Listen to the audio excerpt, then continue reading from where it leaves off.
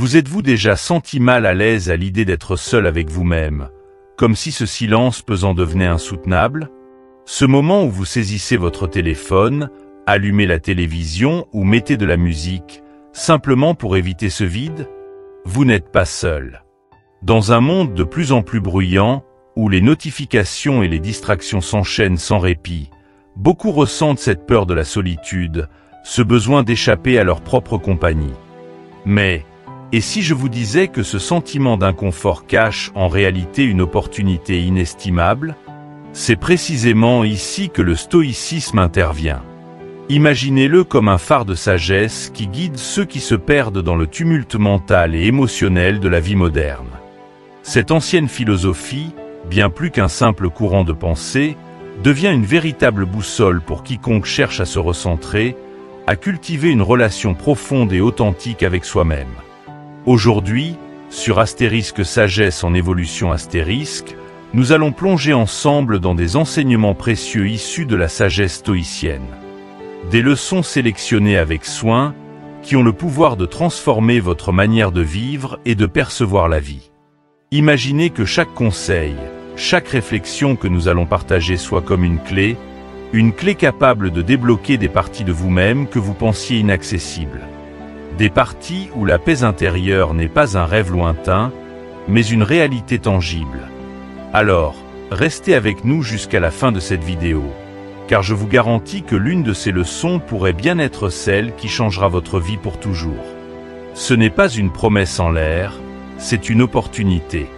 Peut-être même que, juste avant cette vidéo, vous étiez sur le point de décrocher, de passer à autre chose, mais je vous invite à rester, à écouter. Cette vidéo n'est pas simplement un énième contenu de motivation, elle est un appel à retrouver ce qui sommeille en vous, à redécouvrir la force cachée dans votre propre silence. Vous le sentez au fond de vous, cette envie de comprendre, de grandir, de dépasser les obstacles intérieurs. Alors laissez-vous guider. Dans les minutes qui suivent, nous allons explorer ensemble des concepts et des pratiques qui pourraient vous aider à apaiser ce bruit constant, à voir plus clair, à mieux naviguer dans la vie malgré les tempêtes. Je vous lance un défi, un seul. Restez jusqu'à la fin, écoutez chaque enseignement et voyez par vous-même l'impact que cela peut avoir sur votre vie. Une seule réflexion pourrait suffire à déclencher un déclic, à changer votre perspective sur vous-même et sur le monde qui vous entoure. Alors, êtes-vous prêt à embarquer dans ce voyage introspectif? À prendre un moment pour vous offrir un espace de réflexion et de calme? Préparez-vous, car ce que vous êtes sur le point de découvrir pourrait bien être le début d'un changement profond. Et n'oubliez pas, si vous appréciez ce que vous entendez, si ces leçons résonnent en vous, abonnez-vous à Astérisque Sagesse en évolution Astérisque, activez la cloche pour ne rien manquer, et partagez cette sagesse autour de vous. Restez avec nous, car chaque seconde de cette vidéo pourrait bien être celle qui fait toute la différence. Cultivez une amitié avec soi-même.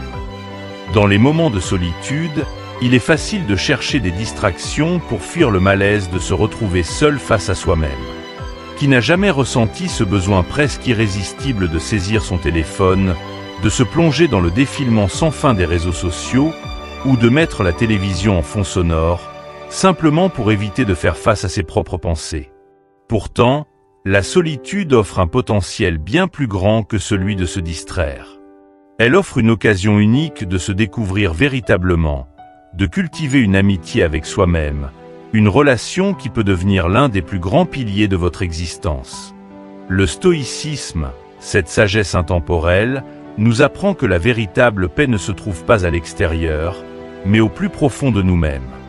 Le sage veut toujours être avec lui-même, disait Épictète, et cette phrase résonne comme un appel à réévaluer notre relation avec nous-mêmes.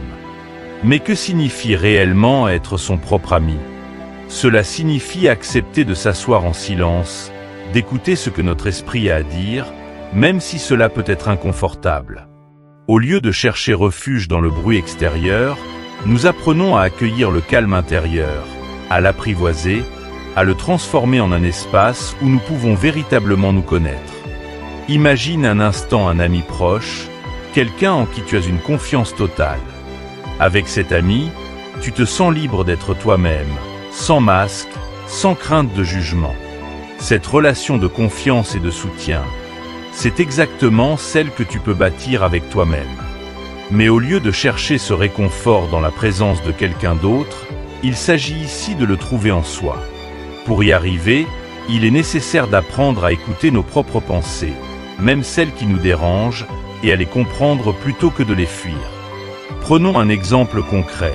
Imagine un jeune homme qui traverse une période de doute, de questionnement sur sa vie et ses choix. Chaque soir, pour échapper à cette incertitude, il se plonge dans les séries ou les jeux vidéo jusqu'à ce que l'épuisement le pousse à dormir. Pendant un temps, cela lui permet d'éviter de penser, mais au fond, il sent bien que cette fuite ne le satisfait pas. Un jour, il décide de faire différemment. Au lieu de s'évader, il s'assoit seul, dans le silence, et prend le temps de noter ses pensées, ses inquiétudes et ses rêves. Les premières fois sont difficiles, ses pensées se bousculent et le silence lui pèse. Mais à force de persévérance, il commence à apprécier ces moments avec lui-même. Il découvre des passions qu'il avait oubliées, des peurs qu'il n'avait jamais osé affronter, et des forces dont il ignorait l'existence. Ce temps passé avec lui-même devient une source de réconfort et de clarté, quelque chose de bien plus enrichissant que la distraction. Cultiver cette amitié intérieure, c'est aussi apprendre à se parler avec bienveillance. Trop souvent, nous sommes nos propres critiques les plus sévères. Nous nous blâmons pour nos échecs, nous nous comparons aux autres, nous jugeons nos imperfections. Mais, tout comme une véritable amitié ne peut exister sans compassion et compréhension, nous devons apprendre à nous traiter avec la même douceur. Cela signifie se pardonner pour les erreurs du passé, reconnaître ses qualités, et se donner le droit d'être imparfait. C'est un processus lent, comme toutes les relations authentiques, mais c'est un voyage qui en vaut la peine. Un autre aspect important de cette amitié avec soi-même est l'acceptation de ses propres pensées et émotions, sans chercher à les changer ou à les rejeter immédiatement. Le stoïcisme nous enseigne que nos pensées ne sont ni bonnes ni mauvaises. Ce sont simplement des pensées. Ce qui importe, c'est la manière dont nous choisissons de les percevoir et de les comprendre. Plutôt que de fuir une pensée anxieuse ou une émotion négative, pourquoi ne pas prendre un moment pour l'examiner? D'où vient-elle? Que révèle-t-elle de nos peurs, de nos attentes ou de nos désirs? En acceptant de nous confronter à nous-mêmes, nous développons une compréhension plus profonde de nos motivations et de nos besoins. Cette introspection régulière, ce tête-à-tête avec soi-même, nous aide à nous recentrer sur l'essentiel. Dans la solitude, sans le brouhaha des attentes des autres, nous pouvons enfin entendre cette petite voix intérieure qui sait ce qui est bon pour nous, mais que nous ignorons trop souvent. C'est dans ce silence que l'on découvre ses véritables passions, ses valeurs profondes, celles qui vont au-delà de ce que la société valorise.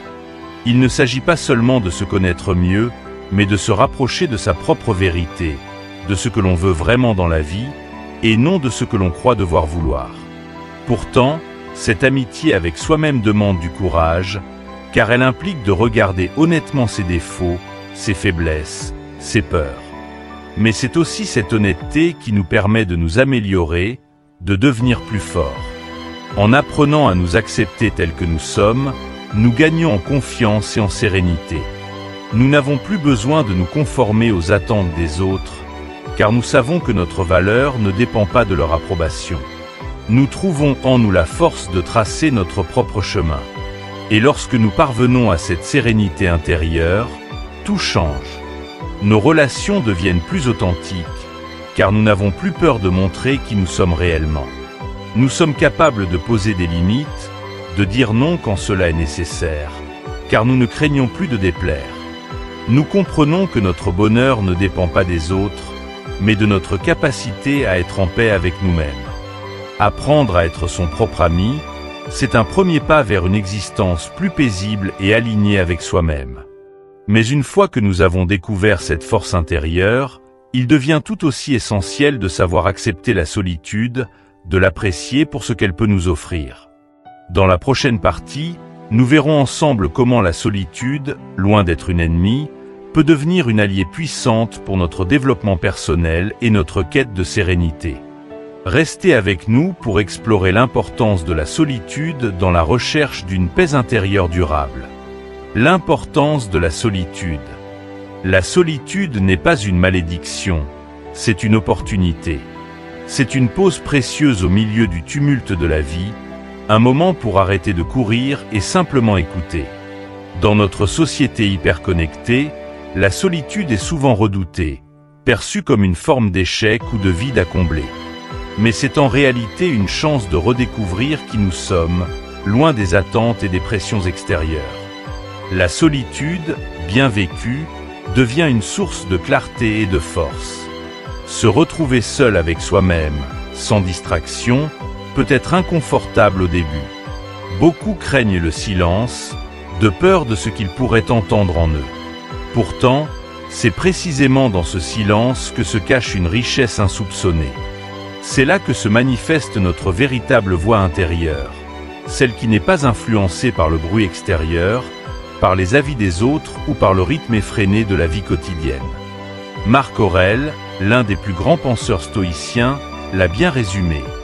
Nulle part l'homme ne trouve de retraite aussi paisible que dans l'intimité de son âme. Il savait que le vrai refuge, la véritable paix, ne se trouve pas en fuyant vers l'extérieur, mais en plongeant en soi-même.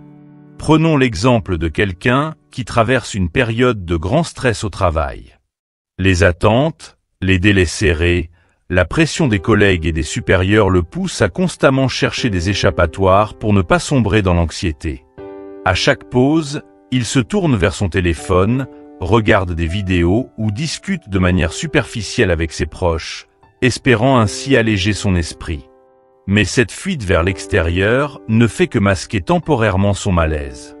Un jour, il décide de changer d'approche. Au lieu de chercher constamment la distraction, il prend une demi-heure chaque soir pour se promener seul dans un parc, sans musique, sans téléphone. Au début, le silence lui pèse, il ne sait pas quoi faire de ses pensées qui fusent dans tous les sens. Mais peu à peu, ces moments de solitude deviennent pour lui un espace de ressourcement, un lieu où il peut trier ses idées, réfléchir sur ses envies et ses priorités. Il réalise qu'il n'a plus besoin de fuir ses pensées. Il apprend à les accueillir, à les comprendre. La solitude devient alors un miroir qui reflète notre état intérieur, nos peurs, nos désirs profonds. Elle nous permet de prendre conscience de nos forces et de nos faiblesses, sans jugement. Parfois, c'est dans ces moments que l'on se rend compte des choses que l'on refoulait depuis longtemps. Une insatisfaction latente, un besoin de changement, ou même une passion que l'on a négligée. Être seul, c'est se donner la permission de se poser les bonnes questions. Est-ce que je suis vraiment heureux dans ma vie actuelle? Qu'est-ce que je veux vraiment accomplir? Pourquoi suis-je si inquiet à propos de l'avenir? C'est dans le silence de la solitude que ces questions trouvent enfin la place de se poser.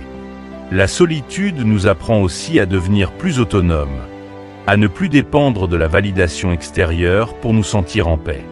En passant du temps seul, on réalise que notre valeur ne dépend pas des compliments ou de l'attention des autres. C'est une expérience profondément libératrice. Prenons un autre exemple, celui d'une femme qui, après une rupture difficile, ressent un vide immense. Elle avait l'habitude de partager chaque moment de sa vie avec son partenaire et se retrouve soudainement face à elle-même.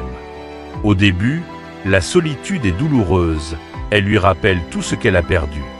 Mais elle décide de ne pas fuir cette sensation. Elle commence à pratiquer la méditation, à noter ses pensées et à prendre du temps pour redécouvrir ce qui la passionne. Avec le temps, elle se rend compte qu'elle n'a plus besoin de quelqu'un pour se sentir complète. Elle découvre la satisfaction de pouvoir apprécier un coucher de soleil, de s'offrir un café dans un parc, de se promener en écoutant le bruissement des feuilles. Ce qui était au départ un vide est devenu une opportunité pour reconstruire sa vie, pour apprendre à s'aimer et à se comprendre sans l'intermédiaire de quelqu'un d'autre. Pourtant, la solitude ne se résume pas à de simples moments de pause ou de réflexion. C'est aussi une discipline, une pratique régulière à cultiver, comme on cultive un jardin intérieur. Chaque jour, Prendre un moment pour s'éloigner du bruit, des notifications, des sollicitations. Méditer quelques minutes, marcher sans but précis, écouter ses propres pensées sans les juger. C'est un acte de soin envers soi-même, une manière de dire « Je mérite de m'accorder du temps, de me connaître et de me respecter ». La solitude peut aussi être un moyen de développer une résilience émotionnelle. En apprenant à apprécier sa propre compagnie, on devient moins vulnérable au haut et au bas de la vie sociale. Lorsque les critiques ou les éloges des autres viennent à manquer, cela ne nous affecte plus autant, car notre estime de soi est ancrée dans quelque chose de plus profond. Imaginez un arbre au milieu d'un champ. Lorsqu'il grandit à l'écart des autres, il apprend à s'enraciner profondément pour faire face au vent et aux tempêtes. De la même manière, une personne qui accepte la solitude développe des racines solides qui lui permettent de rester debout, même lorsque la vie devient instable. La solitude nous apprend aussi à différencier l'essentiel du superflu. Lorsqu'on est seul, loin des opinions et des attentes des autres, on se recentre sur ce qui compte vraiment pour nous. On apprend à apprécier les petites choses de la vie, à se satisfaire de l'instant présent. Les préoccupations matérielles ou les pressions sociales perdent de leur importance, et l'on redécouvre une forme de simplicité. C'est une des leçons les plus profondes du stoïcisme. Savoir se contenter de ce que l'on a, trouver la paix dans le peu, et se détacher de ce que l'on ne peut pas contrôler. Embrasser la solitude, c'est découvrir une nouvelle forme de liberté, celle de n'être dépendant de personne pour être heureux. Mais pour que cette liberté prenne tout son sens, il faut aussi savoir vivre pleinement dans le moment présent, sans être hanté par le passé ni angoissé par l'avenir. Dans la prochaine partie, nous verrons ensemble comment le stoïcisme nous invite à vivre dans le présent, à saisir chaque instant comme une opportunité précieuse pour grandir et s'épanouir. Restez avec nous pour comprendre pourquoi le moment présent est la clé d'une vie plus sereine et plus épanouissante. Vivre dans le présent. Vivre dans le présent, c'est un art que beaucoup d'entre nous ont perdu de vue dans la course effrénée de la vie moderne. Nous sommes souvent piégés entre deux dimensions qui échappent à notre contrôle. Le passé, avec ses regrets, ses souvenirs, ses erreurs que l'on rumine encore et encore. Et l'avenir, avec ses incertitudes, ses inquiétudes, ses scénarios imaginaires qui nous paralysent. Mais en faisant cela, nous négligeons l'unique moment qui compte vraiment, le moment présent. Cette réalité, pourtant simple en apparence, est l'une des plus grandes leçons du stoïcisme, et elle a le pouvoir de transformer notre façon de vivre. Sénèque, l'un des plus illustres philosophes stoïciens, nous rappelle que à mesure que nous retardons la vie, elle s'accélère. Que voulait-il dire par là? Que chaque moment que nous passons à nous projeter dans un futur incertain ou à nous lamenter sur le passé, est un moment que nous perdons à vivre pleinement. En repoussant sans cesse notre bonheur à demain, à un moment où tout ira mieux, nous laissons filer le temps, et avec lui, les occasions de savourer ce que nous avons déjà. C'est un peu comme si nous étions sur un train en marche, mais au lieu de profiter du paysage qui défile, nous ne faisons que regarder par la fenêtre en nous demandant ce que nous avons manqué derrière nous ou ce qui nous attend plus loin. Mais chaque instant que nous passons à faire cela, c'est un instant de la vue splendide que nous ignorons. Vivre dans le présent, cela ne signifie pas oublier le passé ou ignorer l'avenir, mais bien d'apprendre à se recentrer sur ce qui se passe ici et maintenant, et à apprécier la richesse de l'instant. C'est ce que l'on appelle la pleine conscience, une pratique qui consiste à porter toute son attention sur ce que l'on vit, sans se laisser distraire par des pensées vagabondes. Cela peut sembler simple, mais en réalité, c'est un véritable défi. Dans un monde où notre attention est constamment sollicitée, se recentrer sur l'instant présent demande un effort conscient. Prenons l'exemple de quelqu'un qui se promène dans la nature, mais au lieu d'écouter le chant des oiseaux, de sentir l'odeur des arbres, il passe tout son temps à scroller sur son téléphone, à vérifier ses notifications ou à penser à ses soucis du lendemain. Il est physiquement là, mais mentalement absent.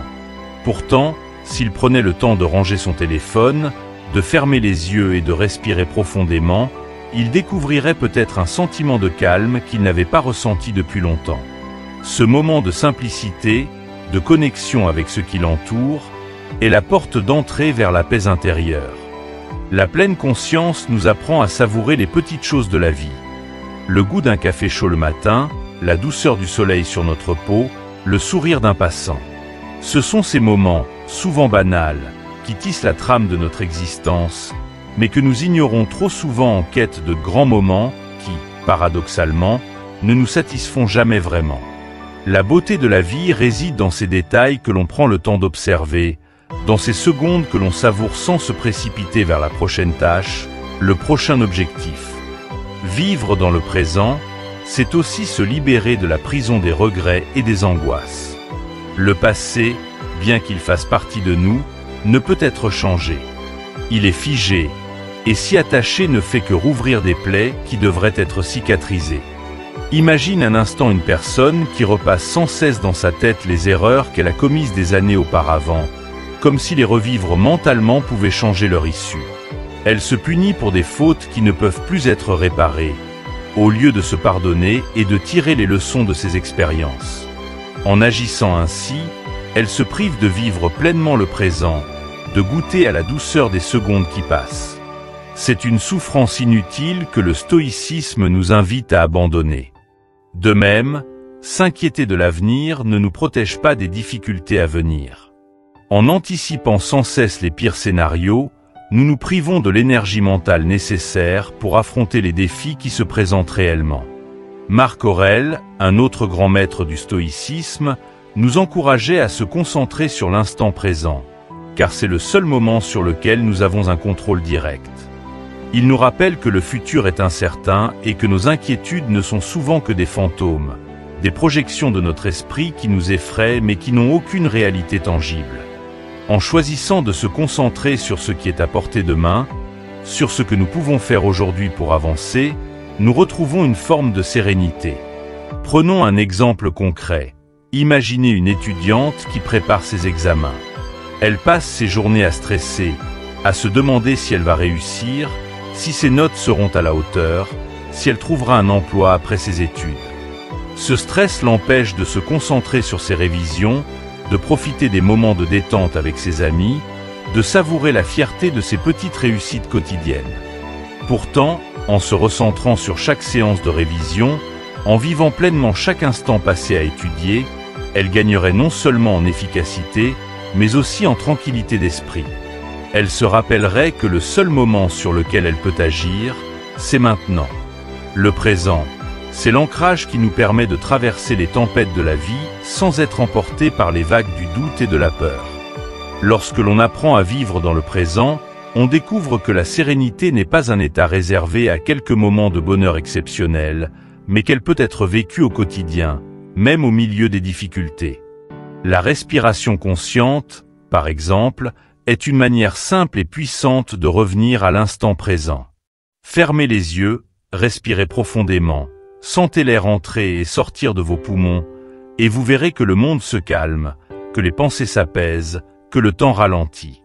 Vivre dans le présent est une clé pour une vie plus sereine, mais ce n'est qu'une partie du chemin. Une fois que l'on a appris à se concentrer sur l'instant, il est tout aussi crucial de savoir contrôler nos émotions pour mieux naviguer dans la vie. Dans la prochaine partie, nous verrons ensemble comment le stoïcisme nous aide à développer cette maîtrise émotionnelle, afin de mieux gérer les situations difficiles et de rester maître de notre destin, même quand les vents sont contraires.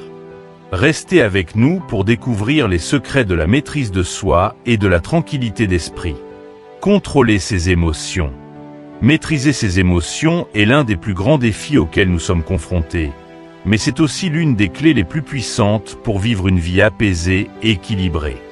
Dans notre quotidien, nous sommes sans cesse confrontés à des situations qui peuvent déclencher en nous des vagues de colère, de tristesse, d'anxiété ou de frustration. La plupart du temps, ces émotions semblent survenir sans que nous puissions les contrôler, comme si elles avaient leur propre volonté. Mais les stoïciens, et notamment Épictète, nous rappellent que ce ne sont pas les événements eux-mêmes qui nous bouleversent, mais bien la manière dont nous les percevons. Ce ne sont pas les choses qui nous dérangent, mais nos opinions à leur sujet. Prenons un exemple très simple. Imaginez que vous êtes coincé dans les embouteillages un lundi matin, en retard pour un rendez-vous important. Vous ressentez immédiatement une montée de stress, une irritation qui transforme ce moment en véritable épreuve. Vous vous dites que tout cela est injuste, que vous n'arriverez jamais à l'heure, que cette journée commence déjà mal. Pourtant, la situation elle-même est neutre. Il s'agit simplement de voitures qui ne bougent pas. Ce qui transforme cette expérience en source de stress, ce sont les pensées que vous y associez. Si, au lieu de cela, vous preniez un instant pour respirer profondément, pour accepter que le trafic est hors de votre contrôle et pour vous dire que vous ferez de votre mieux une fois arrivé, votre expérience changerait radicalement. Vous ne pouvez pas changer l'embouteillage, mais vous pouvez changer la manière dont vous y réagissez. C'est exactement ce que le stoïcisme nous invite à faire. Reprendre le pouvoir sur nos réactions, plutôt que de nous laisser emporter par elles. Cette maîtrise ne signifie pas réprimer nos émotions ou les ignorer. Au contraire, il s'agit d'apprendre à les observer, à les comprendre, pour ensuite choisir la réponse la plus appropriée. Lorsque vous ressentez une émotion forte, au lieu de réagir immédiatement, faites une pause. Fermez les yeux un instant, inspirez profondément et demandez-vous « Pourquoi est-ce que je ressens cela ? Quelle est la pensée qui déclenche cette émotion ?» Cette petite distance que vous prenez avec votre émotion est souvent suffisante pour retrouver le calme et la clarté nécessaires à une réponse plus sage. La méditation est un outil puissant pour développer cette capacité à observer ses pensées et ses émotions sans s'y identifier. Chaque matin, en vous asseyant dans le calme pendant quelques minutes, vous pouvez apprendre à observer les vagues de pensées qui traversent votre esprit, sans les juger, sans chercher à les contrôler. Cet exercice de pleine conscience vous aide à comprendre que vos pensées et vos émotions ne sont que des phénomènes passagers, qu'ils vont et viennent comme des nuages dans le ciel. Cela vous permet de ne plus vous laisser emporter par elles, mais de les laisser passer, tout simplement. Un autre exemple concret de maîtrise des émotions se trouve dans les relations personnelles. Combien de disputes éclatent parce que nous avons réagi sous le coup de la colère, sans prendre le temps de réfléchir à nos mots. Peut-être que votre partenaire fait une remarque qui vous blesse, et votre première réaction est de riposter avec une autre remarque, tout aussi acerbe. Mais si, à cet instant précis, vous prenez une seconde pour respirer, pour analyser ce que vous ressentez et pourquoi, votre réponse peut être très différente. Vous pourriez décider de répondre avec calme, d'expliquer ce qui vous a blessé plutôt que d'attaquer en retour. Cette approche change non seulement la qualité de la discussion, mais elle renforce également la relation, car elle montre à l'autre que vous êtes prêt à écouter et à comprendre. La maîtrise de soi transforme nos relations, au travail comme dans notre vie personnelle. Imaginez un manager qui, sous la pression, réagit constamment de manière impulsive, en critiquant ses collègues sans réfléchir. Ces réactions brutales créent un climat tendu et découragent son équipe. Maintenant, imaginez ce même manager qui a appris à prendre une pause avant de parler, à analyser ce qu'il ressent et à choisir ses mots avec soin. Ses remarques deviennent constructives. Il sait reconnaître ses émotions, mais ne leur laisse pas le contrôle. Sa maîtrise émotionnelle ne signifie pas qu'il ne ressent plus de frustration, mais qu'il a appris à la transformer en énergie positive, en encouragement plutôt qu'en reproche. Cette simple différence fait de lui un leader plus respecté et plus inspirant. Contrôler ses émotions, c'est aussi apprendre à les utiliser comme des alliés plutôt que de les voir comme des ennemis. La peur, par exemple, est souvent perçue comme une émotion négative. Mais si vous prenez le temps de comprendre ce que cette peur vous dit, elle peut devenir un guide précieux. Peut-être qu'elle vous indique que vous vous apprêtez à sortir de votre zone de confort, à affronter un défi qui pourrait vous faire grandir. De la même manière, la tristesse peut être un signal qu'il est temps de laisser partir quelque chose ou quelqu'un, de tourner une page pour ouvrir un nouveau chapitre de votre vie. Chaque émotion a un message à nous transmettre, mais il faut la patience et la volonté de l'écouter pour le comprendre. Le stoïcisme ne nous demande pas de devenir insensibles, mais d'apprendre à reconnaître ce que nous pouvons contrôler et ce que nous ne pouvons pas. Si nous comprenons que la plupart de nos émotions sont déclenchées par notre interprétation des événements, nous reprenons le pouvoir sur nos réactions. Nous ne sommes plus des marionnettes manipulées par chaque changement de situation. Nous devenons les maîtres de notre propre esprit, capables de rester calmes même lorsque tout autour de nous semble s'effondrer. Imaginez un marin qui navigue en pleine tempête. Il ne peut pas contrôler la violence des vagues ni la force du vent, mais il peut choisir la manière dont il tient la barre, il peut ajuster ses voiles pour mieux faire face aux éléments. De la même manière, nous ne pouvons pas toujours contrôler ce qui nous arrive, mais nous pouvons choisir comment nous orientons nos pensées et nos émotions face aux difficultés. Cette métaphore illustre parfaitement la philosophie stoïcienne. Être un capitaine de son esprit, ajuster sa perception pour traverser les tempêtes de la vie avec sérénité. Maîtriser ses émotions nous permet de naviguer dans la vie avec calme et assurance, mais cela ne suffit pas à nous rendre plus forts face aux épreuves. Il est également crucial de développer une résilience émotionnelle, cette capacité à rebondir après chaque coup dur, à transformer les difficultés en opportunités de croissance. Dans la prochaine partie, nous explorons ensemble comment le stoïcisme nous enseigne à pratiquer la résilience émotionnelle pour faire face aux épreuves avec un esprit plus fort et un cœur plus résilient. Restez avec nous pour découvrir les secrets d'une force intérieure qui ne fléchit pas. La résilience émotionnelle. La résilience émotionnelle est une force intérieure qui se développe lorsque la vie nous met à l'épreuve. C'est la capacité à se relever après une chute, à faire face aux difficultés sans laisser la tempête intérieure prendre le dessus. Les moments de crise, bien que douloureux, sont des opportunités pour forger cette résilience. Car c'est dans la souffrance, la perte et les échecs que l'on découvre la profondeur de nos ressources intérieures. Comme l'a si bien dit Marc Aurèle, le bonheur de votre vie dépend de la qualité de vos pensées. Cela signifie que, même lorsque tout semble s'effondrer autour de nous, nous avons le pouvoir de choisir comment nous interprétons et réagissons aux événements. La résilience émotionnelle ne consiste pas à ignorer la douleur, mais à la transformer en force. Prenons un exemple concret. Imagine une personne qui perd soudainement son emploi, une situation qui pourrait être dévastatrice sur le plan personnel et financier. Dans un premier temps, le sentiment de perte est inévitable. L'inquiétude pour l'avenir, le sentiment d'échec, la peur de ne pas retrouver de stabilité. Mais au lieu de se laisser submerger par ses émotions, cette personne décide de changer sa perspective. Elle considère cet événement non comme une fin, mais comme une opportunité de réévaluer ses priorités, de se demander ce qu'elle veut vraiment accomplir. Elle commence à voir cette période de chômage comme un temps pour se former, pour explorer de nouvelles passions, pour retrouver un équilibre de vie qu'elle avait perdu dans la routine du travail. Cette attitude, ce changement de perspective, est le fondement de la résilience émotionnelle. La résilience, c'est aussi savoir accepter ce qui est hors de notre contrôle. Lorsqu'on traverse une crise, il est facile de tomber dans le piège de la victimisation, de se dire que la vie est injuste, que les circonstances sont contre nous. Mais en réalité, se concentrer sur ce que l'on ne peut pas changer ne fait que nous enchaîner à notre propre souffrance. Imaginez un sportif qui se blesse gravement et qui voit sa carrière mise en pause, voire terminée.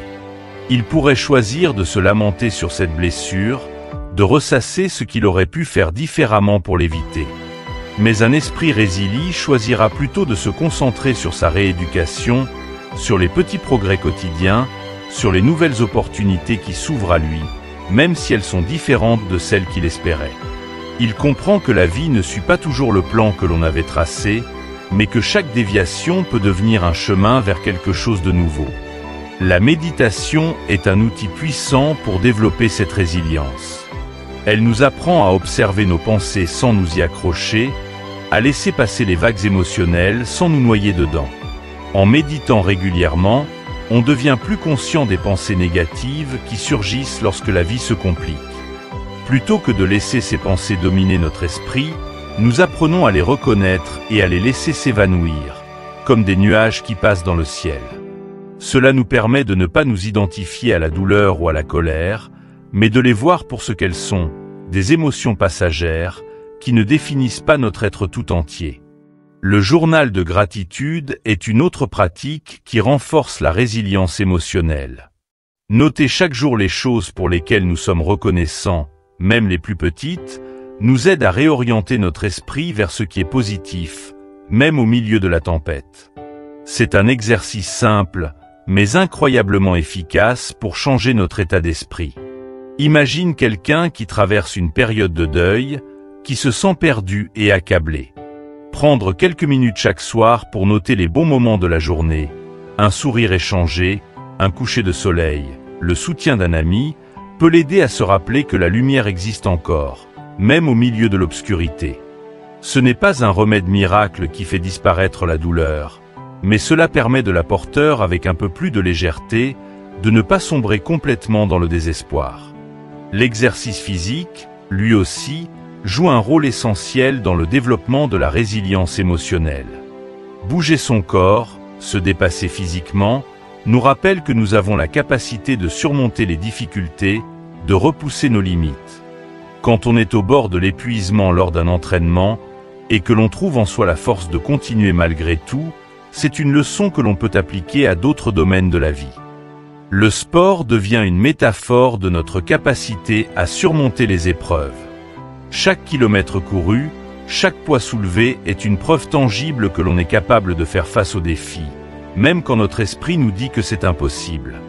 La résilience émotionnelle se développe aussi à travers la visualisation négative, une pratique stoïcienne qui consiste à imaginer les pires scénarios pour mieux s'y préparer. Cela peut paraître contre-intuitif, mais en envisageant ce qui pourrait mal tourner, nous apprenons à relativiser nos peurs. Par exemple, si vous craignez de perdre un emploi, imaginez-vous dans cette situation et demandez-vous comment vous pourriez y faire face. Que feriez-vous pour rebondir? Qui pourrait vous soutenir? Cette pratique nous montre que même les pires scénarios ne sont pas insurmontables et que nous avons en nous la capacité de nous adapter. En nous préparant mentalement à ce qui pourrait arriver, nous renforçons notre confiance en notre capacité à affronter l'inconnu. En fin de compte, la résilience émotionnelle, c'est accepter que la vie soit imprévisible et difficile, tout en choisissant de rester debout face aux tempêtes. C'est un peu comme un arbre qui plie sous la force du vent, mais qui ne casse pas. Il accepte la puissance des éléments, mais reste solidement ancré dans le sol. À chaque tempête qu'il affronte, ses racines s'enfoncent un peu plus profondément, le rendant plus robuste. De la même manière, chaque épreuve que nous traversons nous offre la possibilité de renforcer nos racines intérieures, de devenir plus forts, plus sages. La résilience émotionnelle nous aide à transformer les épreuves en opportunités de croissance. Mais pour pleinement l'exploiter, il faut aussi savoir cultiver la compassion envers soi-même et envers les autres. La prochaine partie nous apprendra comment la bienveillance et l'empathie, envers nous et notre entourage, sont des alliés indispensables pour traverser les moments difficiles avec le cœur ouvert. Restez avec nous pour découvrir comment la compassion peut devenir une source de force et de guérison dans votre quotidien. La compassion envers les autres.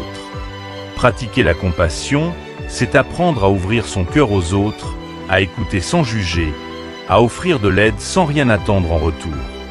Dans un monde où la performance et la compétition sont souvent valorisées, la compassion peut sembler être une faiblesse. Mais en réalité, c'est l'une des plus grandes forces que l'on puisse développer. Elle nous permet de nous connecter aux autres à un niveau plus profond, de créer des liens qui vont au-delà des apparences. Elle nous rappelle, comme le disait Épictète, que nous portons tous des fardeaux invisibles. Chacun, derrière ses sourires ou son silence, porte ses propres douleurs, ses propres peurs. La compassion, c'est la capacité de reconnaître cette souffrance, même si elle n'est pas visible. La compassion commence par soi-même. Avant de pouvoir véritablement comprendre les autres, il faut d'abord apprendre à se pardonner ses propres erreurs, accepter ses imperfections. Souvent, nous sommes nos pires juges. Nous nous accablons de critiques pour les fautes que nous avons commises ou les opportunités manquées. Mais cette attitude ne fait que nous enfermer dans un cercle de culpabilité et de regret. Apprendre à être plus doux avec soi-même, c'est le premier pas vers une compassion authentique envers les autres. Cela signifie accepter que nous ne sommes pas parfaits et que nous avons le droit de faire des erreurs, tant que nous en tirons des leçons.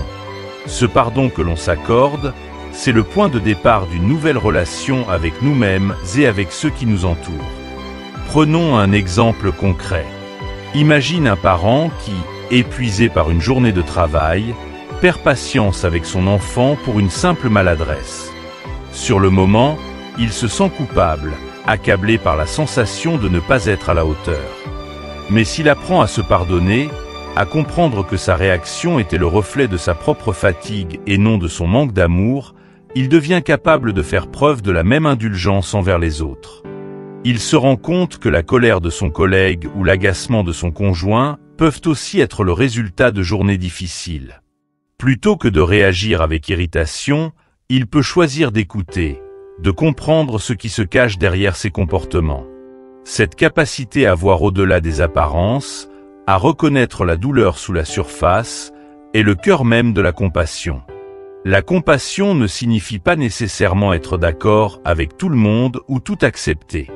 Il s'agit plutôt de reconnaître la réalité de l'autre, de valider son expérience, même si elle est différente de la nôtre. C'est accepter que chacun a son histoire, ses batailles intérieures, et que ces batailles peuvent le rendre plus vulnérable. Imagine un collègue qui, chaque matin, semble de mauvaise humeur, qui n'offre jamais un sourire. Plutôt que de le juger, la compassion invite à se demander ce qu'il traverse, à envisager que peut-être il fait face à une situation personnelle difficile dont personne n'a connaissance. Cette simple ouverture de cœur peut changer la dynamique d'une relation. Plutôt que de créer un mur entre nous et les autres, elle nous pousse à tendre une main, à offrir un sourire, un mot de soutien. Ces gestes simples peuvent faire une différence immense dans la vie de ceux qui les reçoivent. La compassion, c'est aussi offrir sans rien attendre en retour. Dans une époque où tout est souvent transactionnel, où l'on mesure ce que l'on donne et ce que l'on reçoit, la vraie compassion se distingue par sa gratuité. Il s'agit de faire le bien pour le bien, parce que cela nous enrichit intérieurement, parce que cela donne un sens plus profond à notre existence.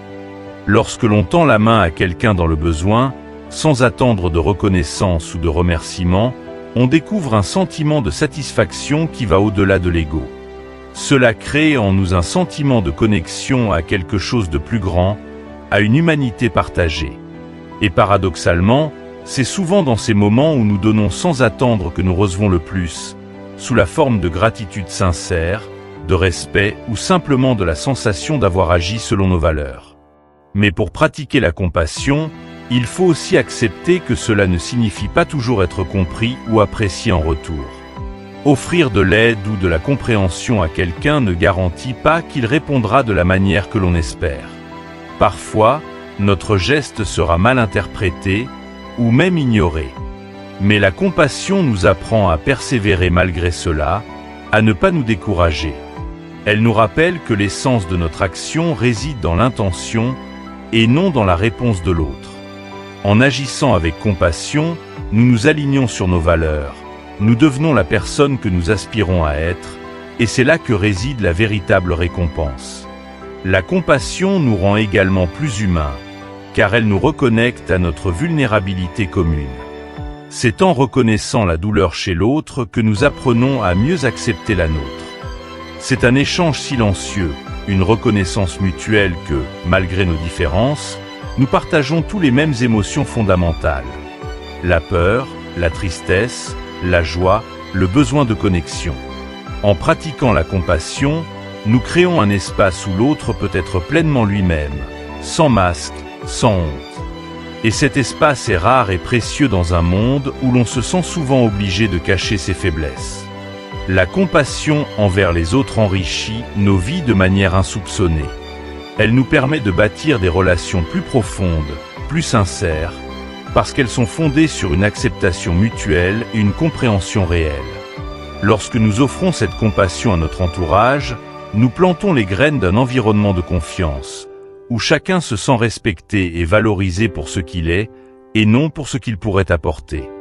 Nous devenons un refuge pour ceux qui traversent des moments difficiles, un soutien discret mais constant. Et en retour, nous découvrons que notre propre vie se remplit de la richesse de ces échanges humains authentiques. La compassion est une clé pour renforcer nos liens et nous reconnecter à notre humanité partagée. Mais pour continuer à avancer sur ce chemin de transformation personnelle, il est tout aussi important de comprendre comment utiliser notre énergie de manière judicieuse, en concentrant nos efforts sur ce que nous pouvons réellement contrôler. Dans la prochaine partie, nous explorons ensemble la dichotomie du contrôle, chère aux stoïciens, pour apprendre à distinguer ce qui dépend de nous et ce qui ne l'est pas. Restez avec nous pour découvrir comment cette leçon essentielle peut alléger votre esprit et transformer votre perspective sur la vie. Le pouvoir de la gratitude. La gratitude est une pratique qui a le pouvoir de transformer la manière dont nous percevons le monde qui nous entoure. Elle nous aide à réorienter notre esprit, à déplacer notre attention des manques et des frustrations vers les richesses, souvent ignorées, de notre quotidien. Dans une époque où la comparaison avec les autres et la course au toujours plus domine, pratiquer la gratitude est une véritable révolution intérieure. Marc Aurèle, grand penseur stoïcien, nous invitait à ne pas être ingrats pour ce que nous possédons en cherchant toujours ce qui nous manque. Cet enseignement rappelle que la source de notre bonheur réside moins dans ce que nous accumulons que dans la manière dont nous savons apprécier ce que nous avons déjà. Pratiquer la gratitude ne signifie pas ignorer les problèmes ou se forcer à être optimiste en toutes circonstances. C'est plutôt un art de reconnaître ce qui va bien, même quand tout ne va pas pour le mieux. Un simple exercice, comme celui de noter chaque jour 3 choses pour lesquelles nous sommes reconnaissants, peut avoir un impact profond sur notre mental. Au début, ces choses peuvent sembler banales. Un rayon de soleil le matin, une conversation agréable avec un ami, un repas délicieux. Mais au fur et à mesure que l'on s'habitue à cet exercice, on réalise que la vie regorge de ces petites bénédictions et que nous passons souvent à côté par simple habitude. Prenons l'exemple de quelqu'un qui traverse une période de stress au travail. Chaque jour, il se sent submergé par les responsabilités, il craint de ne pas être à la hauteur et a l'impression que tout va mal. Mais en s'astreignant à cet exercice de gratitude, il commence à voir les choses différemment. Un matin, il note sa reconnaissance pour un collègue qui lui a offert son aide sur un projet difficile. Le lendemain, il écrit qu'il est reconnaissant pour le café chaud qu'il a réconforté avant une réunion stressante. Puis, il remarque la beauté d'un coucher de soleil qu'il avait oublié de regarder depuis des mois. Ces petites notes de gratitude ne font pas disparaître les défis de son quotidien, mais elles lui rappellent que, même dans les périodes de tension, il y a toujours des moments de douceur à apprécier.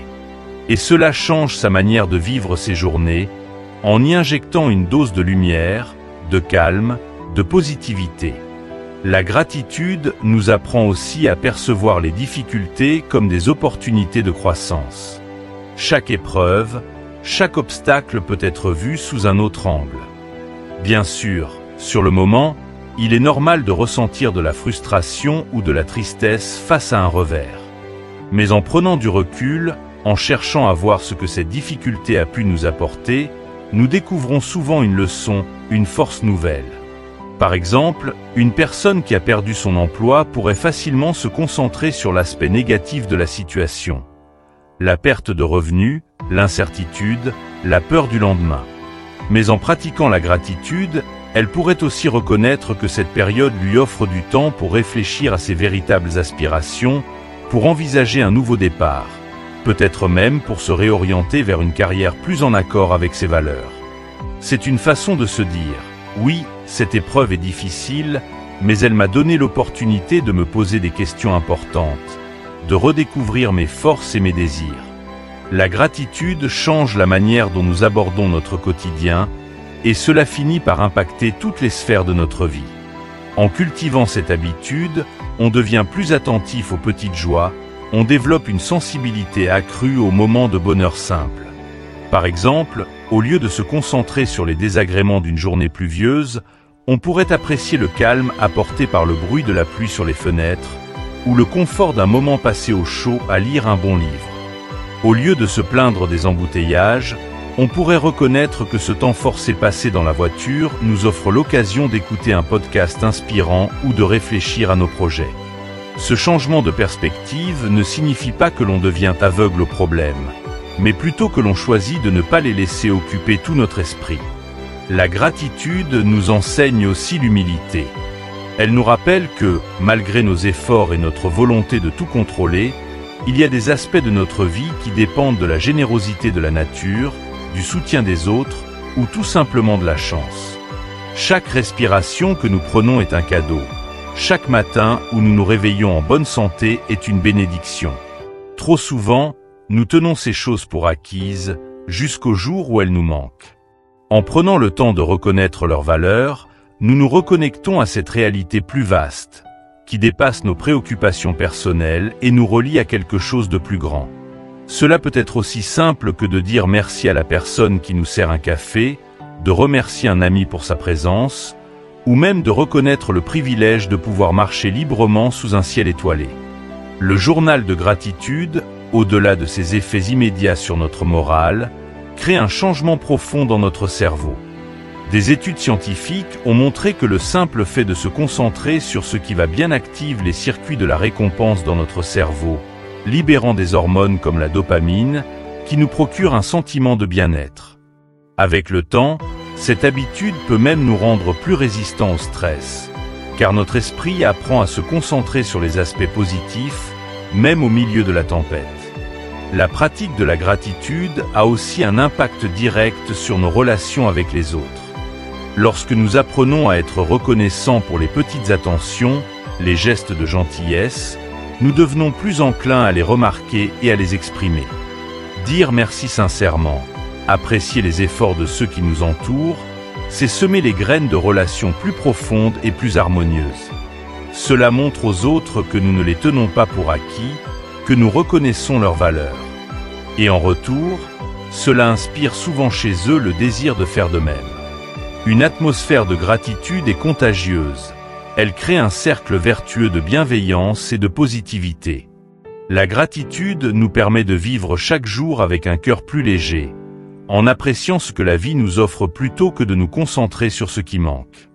Mais pour continuer à avancer sur ce chemin de transformation intérieure, il est tout aussi important de trouver des moments de silence et de calme pour approfondir cette pratique. Dans la prochaine partie, nous explorerons ensemble l'importance du silence et comment il peut nous aider à mieux nous connecter à nous-mêmes et au monde qui nous entoure. Restez avec nous pour découvrir le pouvoir apaisant du silence et sa capacité à enrichir notre esprit. Conclusion. Ne laisse jamais les autres te faire croire que tu ne mérites pas ce que tu veux. Chacun de nous a une voie à suivre, des rêves à poursuivre, et la plus grande erreur que l'on puisse faire est de laisser les jugements extérieurs définir ce qui est possible pour nous. La vie est un cadeau précieux, une seule et unique chance de vivre pleinement. Alors ne te laisse pas détourner de ce qui te rend véritablement heureux. Peut-être que certains te diront que tes ambitions sont trop grandes, que tes rêves sont irréalistes, mais souviens-toi, leur perception de tes capacités n'a rien à voir avec ta véritable valeur. C'est toi, et toi seul, qui peut décider de la vie que tu veux mener. La vie ne se présente qu'une fois, alors saisis chaque opportunité et ne laisse pas les doutes des autres devenir les tiens. Chaque jour est une chance de devenir la meilleure version de toi-même.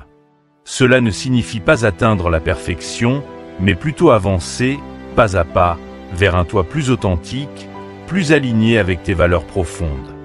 Même dans les jours où tout semble sombre, où le chemin est obscurci par les doutes et les difficultés, rappelle-toi que la lumière finit toujours par percer les nuages. Les périodes de crise sont des opportunités cachées pour grandir, pour renforcer ta résilience émotionnelle et pour découvrir des forces que tu ne pensais pas posséder. C'est dans l'adversité que l'on apprend le plus sur soi-même, que l'on forge le caractère nécessaire pour affronter les défis de demain. La vision est souvent floue au départ, comme un paysage que l'on entrevoit à travers le brouillard. Mais à mesure que tu avances, pas à pas, cette vision s'éclaircit. Ce qui semblait inatteignable devient peu à peu plus clair, plus réalisable. C'est la persévérance, la foi en toi-même et la volonté de continuer malgré les obstacles qui te mèneront vers ce futur que tu désires. Fais-toi confiance, même quand le doute s'immisce, même quand la peur te murmure que tu n'en es pas capable. Car c'est justement cette confiance qui te permettra de transformer les incertitudes en défis surmontables et les échecs en tremplin pour te rapprocher de tes aspirations les plus profondes. La vie est trop courte pour être vécue dans les regrets, trop précieuse pour être gaspillée à suivre les attentes des autres. Elle mérite d'être vécue pleinement, en accord avec tes propres rêves, tes propres désirs. Cultiver cette sagesse, c'est apprendre à savourer chaque moment, à voir la beauté dans les petites choses, à ne pas se laisser emporter par les inquiétudes sur ce qui pourrait arriver.